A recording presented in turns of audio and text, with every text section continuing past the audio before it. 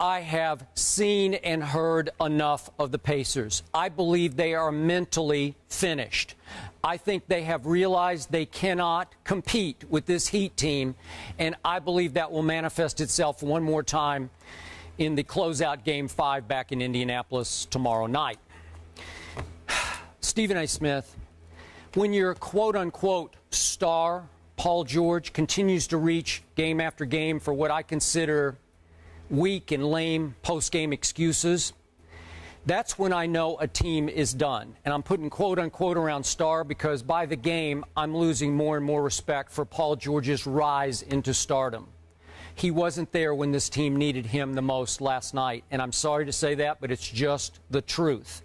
And then he reaches for the classic home cooking excuse that the home team Heat shot 17 more free throws than the visiting Pacers did. No.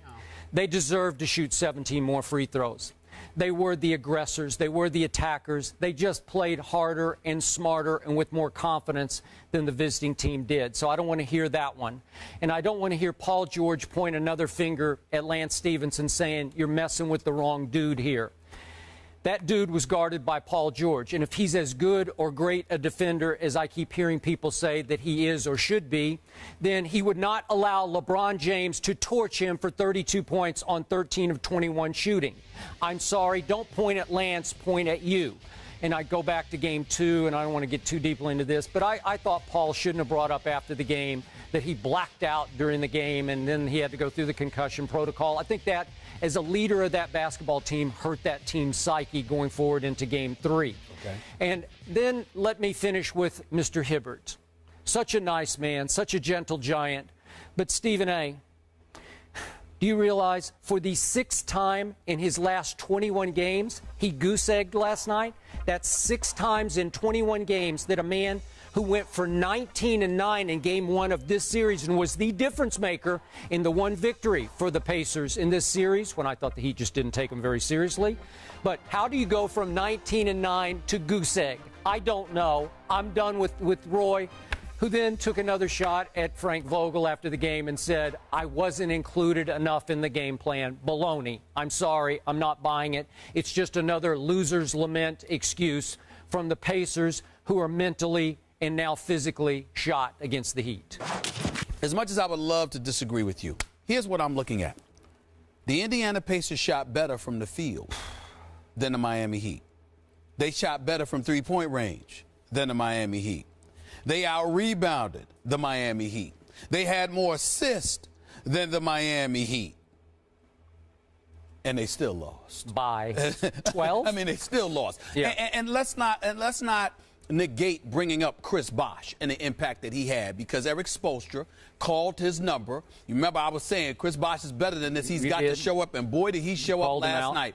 Boy, did he show up last night, because Chris Bosh may not be, quote-unquote, a superstar. He may not be, you know, a LeBron James or a D. Wade, but Chris Bosh is no scrub. He is skilled. There is simply no excuse for him to be as anemic offensively as he was in the first 3 games of this series. So it was nice to see him show up and do what we all know he's capable of doing. In the end, the Miami Heat are simply a superior team. They are. They are a superior team not just because of their talent. They're a superior team because their mental makeup is so significantly better, stronger, higher than that of the Indiana Pacers. Now, we look at a Paul George. Skip, I'm looking at him, and I'm not giving him a pass, but he is 24.